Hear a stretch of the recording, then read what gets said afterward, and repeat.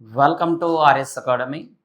ఈరోజు మనము జరిగిన అంతర్జాతీయ, జాతీయ, ప్రాంతీయ మరియు ఇతర ముఖ్యాంశాలను చూద్దాం. ముందుగా ఈరోజు నుంచి మన ఆర్ఎస్ అకాడమీలో గ్రూప్ 2 స్పెషల్ బ్యాచ్ అనేది ప్రారంభమవడం జరిగింది. ముందుగా ప్రతి ఆదివారం కూడా మన ఆర్ఎస్ అకాడమీ తరఫున గ్రాండ్ టెస్ట్ అనేది నిర్వహించడం జరుగుతుంది. మరియు ప్రతిరోజు కూడా సబ్జెక్ట్ వైడ్గా టెస్టులు అండ్ దాని తర్వాత వీక్లీ గ్రాండ్ టెస్ట్లు కూడా నిర్వహించడం జరుగుతుంది. ముఖ్యంగా మన దగ్గర పేపర్ ఎలా ఉంటుంది సార్ అంటే, ఎలాగైతే మనకి ఎగ్జామ్ ప్యాటర్న్ ఎలాగైతే ఉంటుందో అదే రీతిలో ఈ పేపర్ అనేది డిజైన్ చేయడం జరుగుతుంది. ప్రతి క్వశ్చన్ కూడా మనకి ఎలాగైతే క్వశ్చన్ పేపర్ డిజైన్ అవుతుందో అలాగ ప్రతిదీ కూడా మనకి ఇక్కడ మెన్షన్ చేయడం జరుగుతుంది. అండ్ దాంతో పాటు ఎస్ఐ కానిస్టేబుల్ పేపర్ కూడా సేమ్ మనకి ఎలాగైతే డిపార్ట్మెంటల్ ఎగ్జామ్ లేదా మన ఏపీపీఎస్ నిర్వహిస్తుందో అదే విధంగా తయారు చేసి మీకు ఎగ్జామ్ పెట్టడం జరుగుతుంది. అండ్ దానితో పాటు మనకి ప్రతి ఆదివారం ఆర్ఎస్ అకాడమీకి సంబంధించిన కరెంట్ అఫైర్ని ఉచితంగా కూడా మీకు క్లాసులు బోధించడం జరుగుతుంది. కాబట్టి ఈ అవకాశాన్ని కర్నూలు చుట్టుపక్కల ఉన్న వాళ్ళు అన్ని రకాల ఎగ్జామ్ సంబంధించిన వారు యూజ్ చేసుకోగలరు. ముందుగా ఆ వారంలో జరిగిన ఆ కరెంట్ అఫైర్ మొత్తం కూడా 360 డిగ్రీలో మీకు అందించడం జరుగుతుంది. ఇది ఈ రోజు నుంచే ప్రారంభం అవ్వడం జరిగింది. కాబట్టి ఎవరైనా రాదలుచుకున్న వారు మీ పేర్లను ముందుగా స్క్రీన్ పైన కనబడే నెంబర్లకు మీ ఫోన్ చేసి మీరు నమోదు చేసుకోండి. ఓకే, ముందుగా ఈరోజు కరెంట్ అఫైర్ లో వచ్చిన అంశం ఏంటి సార్ అంటే, శిశు మరణాల పైన యుఎన్ఓ 2025కు సంబంధించి IGME అనే నివేదికను రిలీజ్ చేయడం జరిగింది. అంటే ఈ నివేదిక ప్రకారం ప్రపంచంలో ఈ శిశు మరణాలు ఎలాగా ఉన్నాయి, భారతదేశంలో శిశు మరణాలు ఎలాగా ఉన్నాయి అనేది ఒక రిపోర్ట్ ఇవ్వడం జరిగింది. దీని ప్రకారం 2024వ సంవత్సరంలో భారతదేశంలో ప్రపంచంలో శిశు మరణాలు 49 లక్షల మంది 2024లో మరణించడం జరిగింది. వీరిలో 23 లక్షల మంది నవజాత శిశువులుగా అంటే అప్పుడే పుట్టిన పిల్లలుగా నమోదు కావడం. And next one Africa Sahara ప్రాంతంలో 58%, దక్షిణాసియా ప్రాంతంలో 25% అత్యధికంగా మరణాలు అనేవి ఉండడం జరుగుతుంది. అండ్ 2015 తర్వాత ఈ శిశు మరణాలు వేగంగా 60% తగ్గడం జరిగింది ప్రపంచవ్యాప్తంగా. అంటే ప్రపంచవ్యాప్తంగా శిశు మరణాలు కేవలం 2021వ సంవత్సరంలో 49 లక్షలు ఉండడం జరుగుతుంది మనకి ఇక్కడ. ఓకే, ఎంత సార్ అంటే 49 లక్షలు. అదే వీరిలో 23 లక్షల మంది నవజాత శిశువులు. అత్యధికంగా సహారా ఆఫ్రికాలో 58% మరణిస్తే దక్షిణాసియాలో 25% మరణించారు. 2015 నుంచి ఈ శిశు మరణాలు దాదాపుగా 60% పైగా మందగించడం జరిగినది మనకి ఇది. Okay, next one. ఇదే భారతదేశంలో చూసుకుంటే 1990లో శిశు మరణాలు 127 ఉంటే 2024కి 27 మందికి తగ్గడం జరిగింది. అంటే 1990లో 127 మంది శిశువులు మరణిస్తే ప్రస్తుతం 2024 నాటికి 27 మంది మరణిస్తున్నారు. అంటే దాదాపుగా 79% తగ్గుదల. అదే నవజాత శిశువులు 2024లో 23.3% తగ్గినట్లుగా ముఖ్యంగా భారతదేశంలో ప్రవేశపెట్టే ఏవైతే పథకాలు ఉంటాయో మిషన్ ఇంద్రధనుసు లాంటి కార్యక్రమాల వలన శిశు మరణాలు అత్యధికంగా తగ్గినట్లుగా యుఎన్ఓ IGME 2025 రిపోర్ట్ ప్రకటించడం జరిగినది.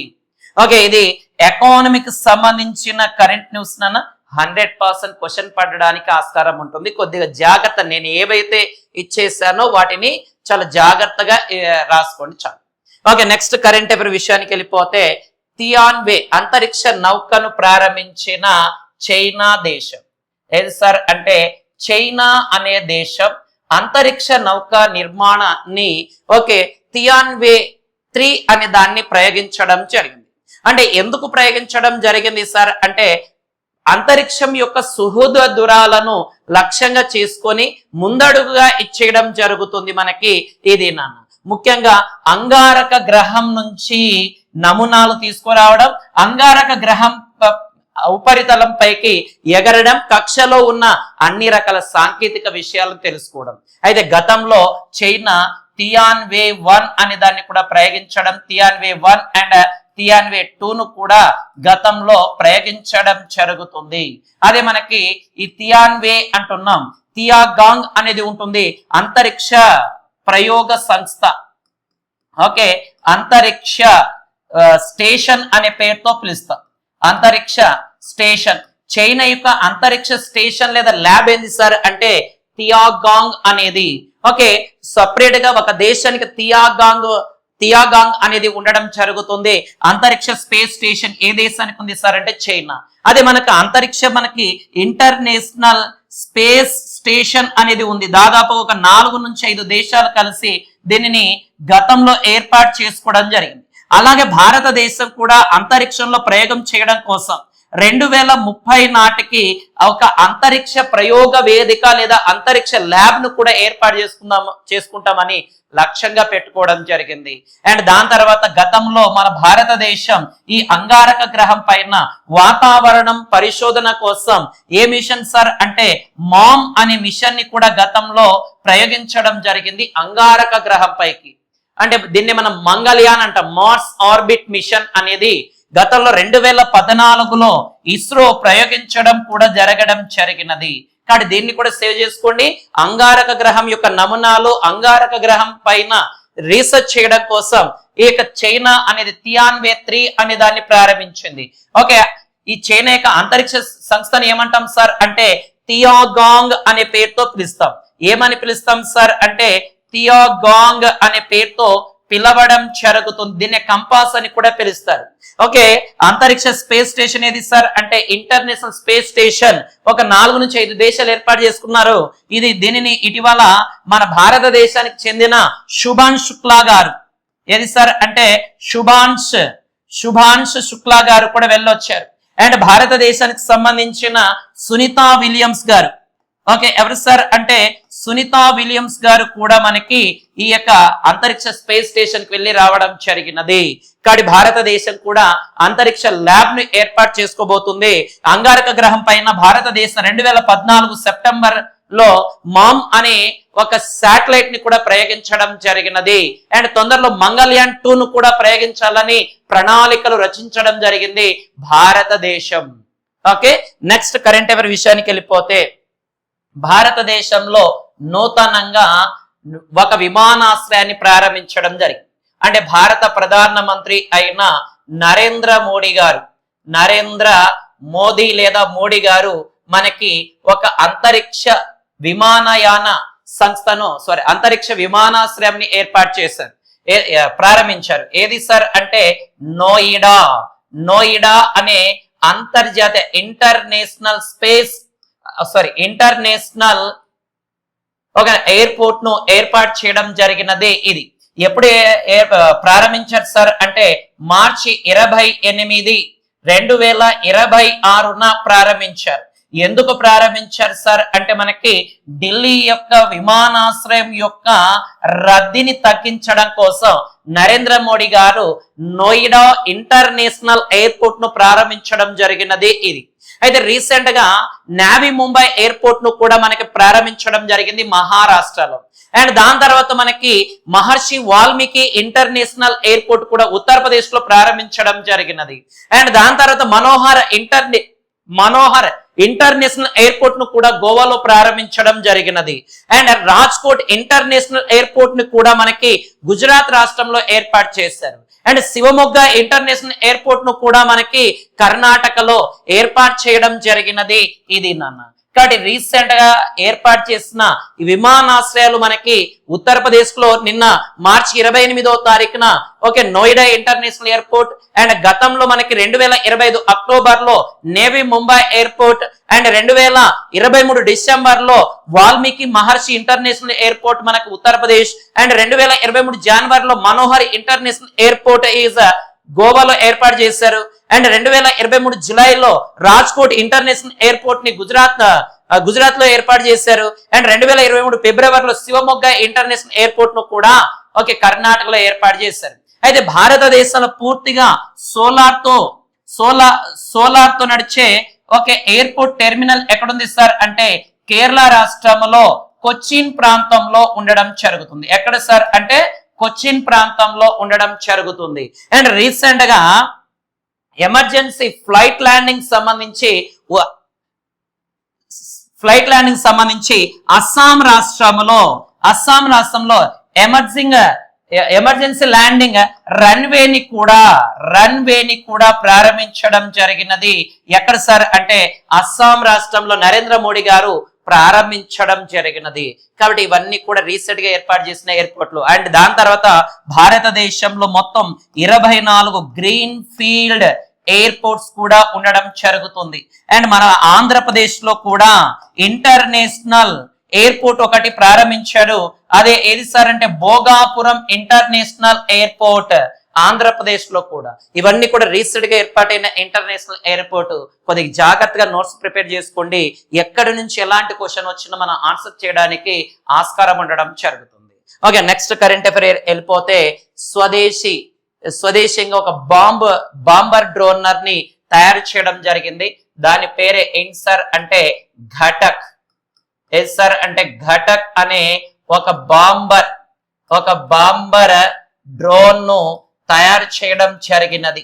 ఇది ఎలాగ సార్ అంటే స్వదేశీ పరిజ్ఞానంతో తయారు చేసినది.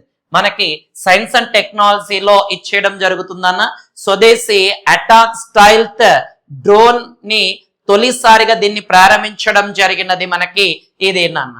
ఓకే, రాజ్నాథ్ సింగ్ అధ్యక్షన దీని సేకరణ కోసం దీన్ని తీసుకోవడం జరిగినది. దీనిని అభివృద్ధి చేసినది ఎవరు సార్ అంటే మనకి DRDO, defence research development organisation. ఎవరు దీన్ని తయారు చేస్తారు సార్ అంటే DRDO, defence research development organisation అనేది ఈ ఘటక్ బాంబర్ డ్రోన్ ని తయారు చేయడం జరిగినది. మనకి మొత్తం కూడా దాదాపుగా వీటిని మొత్తం కూడా భారతదేశంలో 60కి పైగా దీన్ని కొనుగోలు చేయాలని లక్ష్యంగా పెట్టుకోవడం జరిగినది. ఓకేనా, ఇది DRDO అభివృద్ధి చేయడం జరిగింది. ఈ DRDO ఎప్పుడు ఏర్పాటైంది సార్ అంటే గమనిస్తే 1950లో ఏర్పాటైంది. దీని యొక్క ప్రధాన కార్యాలయం ఎక్కడ ఉంది సార్ అని గమనించినట్లయితే ఢిల్లీలో ఉండడం జరుగుతుంది. అయితే నేటి ప్రశ్న ఏది సార్, DRDO ప్రస్తుత చైర్మన్ ఎవరు? DRDO ప్రస్తుత చైర్మన్ ఎవరు? కామెంట్ చేయండి, లైక్ చేయండి, షేర్ చేయండి. ఓకే, మర్చిపోవద్దు ప్రతి ఆదివారం మన RS అకాడమీలో ఫ్రీగా కరెంట్ అఫైర్ క్లాస్ ని ఇవ్వడం జరుగుతుంది. కాబట్టి మీరందరూ కూడా వినియోగించుకోండి. SI constable group 1, group 2 and దాని తర్వాత DSC అండ్ RRB SSC కి ప్రిపేర్ అవుతున్న వాళ్ళందరూ కూడా మీరు వినియోగించుకోండి. ప్రతి ఆదివారం ఆ వారంలో జరిగిన కరెంట్ అఫైర్ తో పాటు 360 డిగ్రీస్ లో మీకు అందించడం జరుగుతుంది. ఓకే, ఈ గొప్ప అవకాశాన్ని RS అకాడమీ అందిస్తుంది. దానిని ఇచ్చేసుకుని మీ లక్ష్యాన్ని చేరువకండి, దాన్ని ఉపయోగించుకొని. ఓకే, నెక్స్ట్ వన్ చారిత్రక ఒప్పందం నాన్న పింఛన్ సేవలను భారతీయ భాషలో ఇచ్చేయడం కోసం ఒక డిజిటల్ గా రూపొందించడం జరిగింది. ఏ సార్ అంటే ఏవైతే పింఛన్ పంపిణీస్ ఉంటాయో ఈ పింఛన్ల సేవలకు సంబంధించి ఓకే ఏది సార్ అంటే మనకి PF RDA మరియు ఏది సార్ అంటే డిజిటల్ ఇండియాకు సంబంధించిన భాషినితో ఒప్పందం చేసుకోవడం జరిగింది. భాషినితో ఇచ్చేయడం జరిగినది. దీన్ని మనం ఏమంటాం సార్ అంటే భాషిని ఫర్ సేవా సంచలన్ అనే ఒక యాప్ ని తీసుకొచ్చారు. ఒక ప్లాట్ఫామ్ భాషిని ఫర్ సేవా సంచలన్ అంటే దీని ద్వారా పింఛన్ సంబంధించిన వాటిని ప్రత్యక్షంగా మన భారత రాజ్యాంగంలో గుర్తించబడిన భాషల్లో దీన్ని పొందుపరచడం జరుగుతుంది. అంటే భారత రాజ్యం గుర్తించబడిన 22 భాషల్లో దీన్ని తీసుకొస్తారు. దీనివల్ల ఏమవుతుంది సార్ అంటే గ్రామీణ ప్రజలకు సంబంధించిన ఈ యొక్క కార్మికులకు సంబంధించి మొదటిసారిగా ఖాతాలు తెరిచే విధంగా దీన్ని తీసుకొచ్చారు. అంటే ఎవరైతే ఆ యొక్క ఏదైతే ఈ భాషనికి సంబంధించిన భాషని ఫర్ సేవ అనే ప్లాట్ఫామ్ లో ఏదవుతారో వాళ్ళకు సంబంధించిన అన్ని రకాల సమాచారాలు ఆ యాప్ ద్వారా తీసుకురావడం జరుగుతుంది. దీంట్లో ఏఐ టెక్నాలజీని ఉపయోగించి స్పీచ్ టు స్పీచ్ అంటే మనం మాట్లాడడం ద్వారా మనకి ఇదవుతుంది, అండ్ స్పీచ్ టు టెక్స్ట్ అంటే మనం మాట్లాడడం ద్వారా టెక్స్ట్ బయటకు వస్తుంది, టెక్స్ట్ రూపంలో అందిస్తుంది, లేదా టైప్ చేయడం వల్ల మనకు స్పీచ్ అనేది బయటకు వచ్చే విధంగా దీన్ని పింఛన్ సేవలను తీసుకురావడం జరుగుతుంది. అయితే మొత్తం కూడా దీనిని భారతదేశంలో 36 ఇండియన్ లాంగ్వేజెస్ లో దీన్ని తీసుకొచ్చారు. ఓకే, దాంతో పాటు 23 వాయిస్లు 35 ఇంటర్నేషనల్ లాంగ్వేజ్ లో దీన్ని తీసుకురావడం జరిగినది. ఓకే, భారత రాజ్యాంగంలోని 22 భాషలతో పాటు 36 ఇండియన్ లాంగ్వేజ్ అండ్ దాంతో పాటు 23 వాయిస్ లను 35 ఇంటర్నేషనల్ లాంగ్వేజ్ ను దీంట్లో చేర్చడం జరిగినది. అంటే ఇప్పటి నుంచి పెన్షన్ సేవలన్నీ కూడా ఈ భాషని రూపంలో ఉండడం జరుగుతుంది. PFRDA తో ఒప్పందం చేసుకోవడం జరిగింది. దీని పేరే భాషని ఫర్ సేవా సంచలన్ అనేది. దీంట్లో భారతదేశంలో ఏ టెక్నాలజీతో 36 ఇండియన్ లాంగ్వేజెస్, 23 సంబంధించిన వాయిస్ అంటే 23 వాయిస్ దీని ద్వారా మనకు అందిస్తుంది, అండ్ 35 ఇంటర్నేషనల్ లాంగ్వేజ్ దీంట్లో పొందుపరచడం జరిగినది. ఓకే, నెక్స్ట్ కరెంట్ అఫైర్ విషయానికి వెళ్ళిపోతే ఓకే, మహిళలకు సంబంధించిన ఒక కరెంట్ న్యూస్ అంటే నేషనల్ కమిషన్ ఫర్ ఉమెన్ ఏదైతే ఉందో ఇది ట్రూ కాలర్ తో ఒప్పందం చేసుకోవడం జరిగింది. అంటే ఇది ఎలాగ పనిచేస్తుంది సార్ అంటే 24x7గా అంటే మహిళలను టార్గెట్ చేసి మోసపూరితమైన ఈ యొక్క ఆన్లైన్ మోసాలు ఎక్కువ అవుతున్నాయి కదా, దానిలో దృష్టిలో ఉంచుకొని మహిళల భద్రత కోసం అండ్ శాపింగ్, ఆర్థిక మోసాలు వంటి వాటిపైన అవగాహన కల్పించడం కోసం నేషనల్ ఉమెన్ కమిషన్ ఏం చేసిందన్న ట్రూ కాలర్ తో ఒప్పందం చేసుకోవడం జరిగింది. ఏవైనా స్వాప్ మెసేజ్ వచ్చినా అండ్ మోసపూరితమైన కార్యకలాపాలు చేసినా ఈ ట్రూ కాలర్ ముందుగానే వాటిని పసిగట్టి ఇది మోసపూరితమైన యాప్ అని చెప్పడం జరుగుతుంది, మోసపూరితమైన నంబర్ అని తెలియజేస్తుంది. అండ్ దాంతో పాటు ఈ యొక్క నేషనల్ ఉమెన్ కమిషన్ సంబంధించి భారత పార్లమెంట్ ఏదైతే ఉంటుందో ఈ భారత పార్లమెంట్ అనేది 1990లో నేషనల్ ఉమెన్ కమిషన్ సంబంధించి నేషనల్ ఉమెన్ కమిషన్ యాక్ట్ చేసింది. దీని ఆధారంగానే 1992లో నేషనల్ ఉమెన్ కమిషన్ అనేది ఏర్పాటు అవ్వడం జరిగింది ఢిల్లీ యొక్క కేంద్రంగా. దీని యొక్క ప్రధాన కార్యాలయాన్ని ఏమంటాం సార్ అంటే నిర్భయ్ భవన్ అనే పేరుతో పిలవడం జరుగుతుంది. కాబట్టి నేషనల్ ఉమెన్ కమిషన్ ఎవరితో ఒప్పందం చేసుకుంది అంటే ట్రూ కాలర్ తో ఒప్పందం చేసుకుంది. ఆర్థిక మోసాలు అండ్ స్వాప్ మెసేజ్లు వాటికి నుంచి మహిళలను కాపాడడం కోసం. Parliament national women commission act ఎప్పుడు చేసిందంటే 1990 అండ్ 1992లో నేషనల్ ఉమెన్ కమిషన్ ఢిల్లీ కేంద్రంగా ఏర్పడింది. నిర్భయ్ భవన్ అని పిలుస్తారు దాని యొక్క ప్రధాన కార్యాలయమును. Okay, next one current news కి వెళ్ళిపోతే భారతదేశంలో నియోజకవర్గాల పునర్విభజన డీలిమిటేషన్ అనేది రావడం జరిగింది.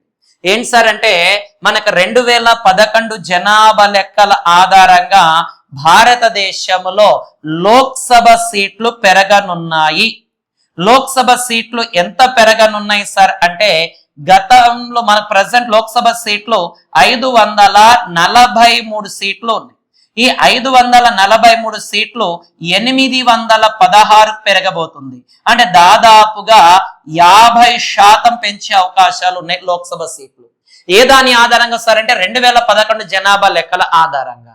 అండ్ మహిళల రిజర్వేషన్ 2029 నుంచి అమలు కాబోతుంది. ఎంత శాతం రిజర్వేషన్ సార్ అంటే 33% రిజర్వేషన్. అంటే ఈ 816 సీట్లలో వీళ్ళకి 273 సీట్లు వచ్చే అవకాశం ఉంది. అండ్ ఎస్సీ ఎస్టీ కోటా సీట్లు కూడా పెంచనున్నారు. ఎస్సీ యొక్క సీట్ల విషయానికి వస్తే ఏది సార్ అంటే ఎస్సీ సీట్లు ప్రస్తుతం ఎస్సీ సీట్లు ఎన్ని ఉన్నాయి 84 సీట్లు ఉన్నాయి. ఇది 136 సీట్లకు రిజర్వ్డ్ సీట్లకు పెరగబోతున్నాయి. అదే ఎస్టీ సీట్లు ఎన్ని ఉన్నాయి సార్ అంటే 47 ఉన్నాయి. అవి 70కి పెరగడం జరుగుతుంది. అంటే భారతదేశంలో లోక్సభ స్థానాలకు సంబంధించిన పునర్విభజన జరుగుతుంది. 543 నుంచి 816కు పెరగబోతుంది. అండ్ మహిళలకు 33% రిజర్వేషన్ వలన 273 సీట్లకు పెరగనుంది. ఎస్సీ 84 సీట్లు ఉంటే 136 సీట్లకు పెరగబోతుంది. ఎస్టీ ప్రెసెంట్ 47 సీట్లు ఉంటే 70 సీట్లకు ఎస్టీ వాళ్ళకు పెరగడం జరుగుతుంది. ముఖ్యంగా ఇవి జనాభా ప్రతిపాదకన దీన్ని ఏర్పాటు చేయడం జరుగుతుంది.